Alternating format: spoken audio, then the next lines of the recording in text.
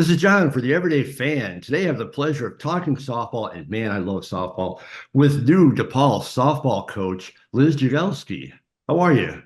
Good. Doing great. We're really busy right now. We just had our September 1st, which opens our recruiting class for the 2026 class. So we've had a lot of good conversations with prospective student athletes and getting ready to rebuild DePaul softball. Now I know you recently had an interview with In the Circle softball with Eric Lopez. Great interview, a lot of insight. I encourage everyone to check that out. So I don't want to go over too much of that stuff. Let me ask you though, how did you get into coaching? I caught a little bit of that in the interview. I thought it was an interesting story.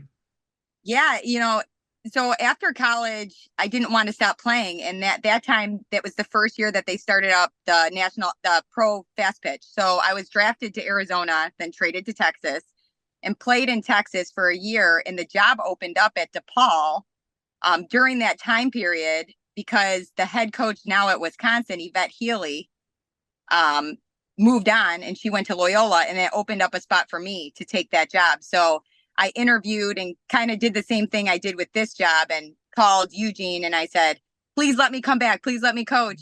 And he was open to taking me as a no experience right out of college player coach onto a team that was ranked at that time top 10 in the country.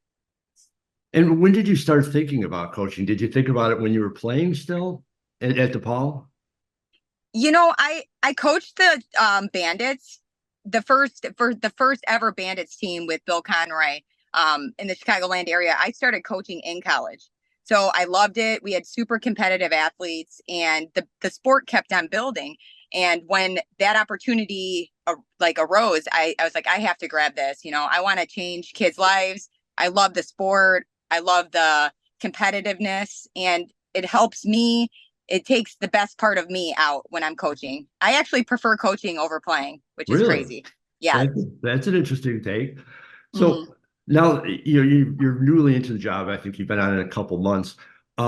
When you're shaping the team, do you try to go after the best players, or do you try to go after the players to fit a certain system? I'm looking to be the speed demons. I have to give that to Patrick, our administrator, Patrick Gray. He came up with that. But my style of play is fast. We play fast. We move the defenses. We steal bases. That type of play. And that's what got us to the Women's College World Series. When I was a player, we had really quick players that put pressure on the defense. And you can't always hit a home run. I would love a home run, but making contact, I think that's going to be kind of where we start off, and then we build to big power, which we do have multiple power players on our team, but I would say that we would be more speed and add parts of power. And how do you balance giving playing time to younger players or even older players so that they get more experience versus winning a game or winning multiple games, I should say? I love that question. So my philosophy is I'm going to break the season up. So our fall is really exhibition. We're looking to get better. We're looking to get experience for all of our players. We have a fantastic fall schedule, which we are going to release soon, but we're playing Notre Dame. We're playing Wisconsin. We're playing Northwestern. So we have a really heavy fall to get our players into the mode of what is it like to play NCAA tournament teams. And could you talk a little bit about your coaching staff? Yes. Oh my goodness.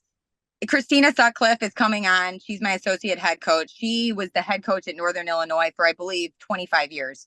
So her head coaching experience is just so steady and gives me insight on things that I don't know. Okay.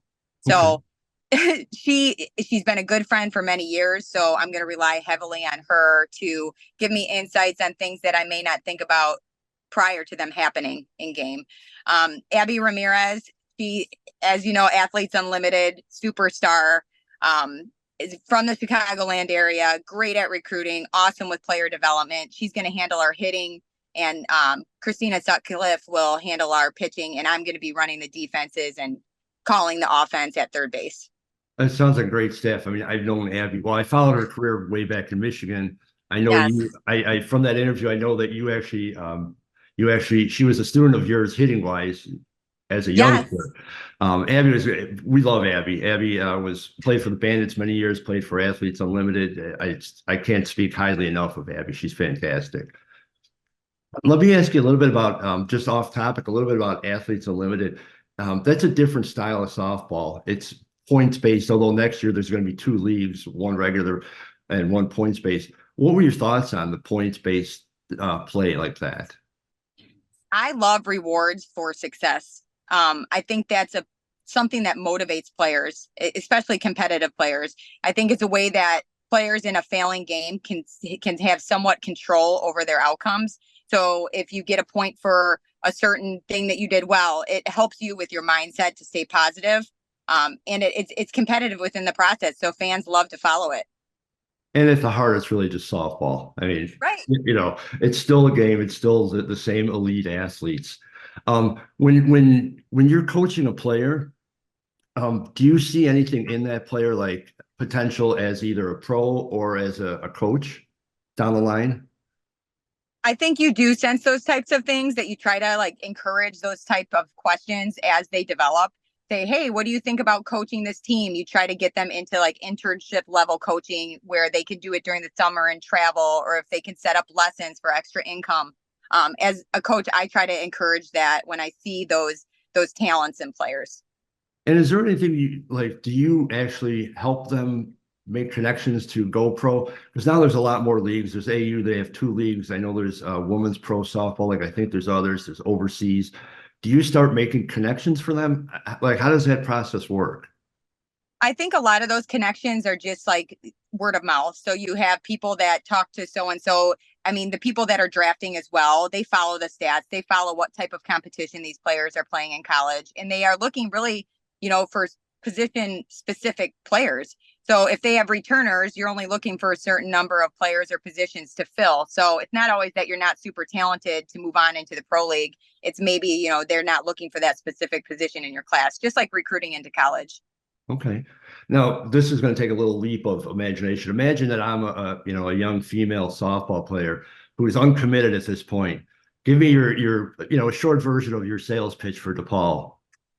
So DePaul is in the middle of one of the best cities in the United States of America. You have internship opportunities that you don't have at other schools. Usually we don't have class on Fridays. You jump on the L train and you are at a Fortune 500 company getting that type of experience under your belt during the school week, which most people have to wait until the summer to do. We have awesome facilities. Our athletic director, Dwayne, has been spectacular at fundraising and getting them the best facilities possible. We have great competition in the Big East. So the Big East Conference, I would say, is very good at academics and athletics. So having that TV presence, being a part of something with a great education and competitive softball, four Women's College World Series. I'm going to keep putting that out there. We have a history of four Women's College World Series that I think people have forgotten, but I'm going to remind everybody. As well, you should. That's certainly an accomplishment. It's funny. I went to DePaul many, many, many years ago. Graduated in 1987. I mean, especially the Northside campus. It's grown so much. It's such a beautiful campus. I absolutely love Cacciatore Stadium. That is such a beautiful stadium. You've got the lake on the past the outfield wall. You've got the L running through the back. There's really no stadium like that. I encourage everyone, even if you're not a softball fan, if you're not a Paul fan, go to one game and you are going to love that place. And thank you for that. It really is unique, almost like a Wrigley Field. You have the dorm room in right field that you have actual students hanging out the window cheering for your team, a part of the game. So it's electric. It's a great campus. You have a small student to professor ratio. I think there's probably around 30 kids in a class with a professor, which is awesome. We're on trimesters, well, quarters. So you take finals before Thanksgiving and you come back after New Year's. That's a huge selling point It's for so people. me. Yeah, I mean, you It's want to so come there, right? leeway. Yeah, you got like the whole month of December off. It's fantastic. Coach, I really appreciate your time. You will be seeing me a lot next season. Hopefully, you'll be seeing me at fall ball, depending on the schedule. Um, uh, Global Traveler sends me in and out of town, so I never know. But believe me, I will be as many games as possible. I can't wait for the season to start. Even fall ball, I can't wait for that. So I'll be bugging you a few times during the season. I wish you a lot of luck. I love it. And thank you for giving us this platform to talk about DePaul. So I'd love to have you on games and invite everybody else watching this out there. So thanks again. Thank you, Coach. Have a great day. You too. Bye. Take care. Bye-bye.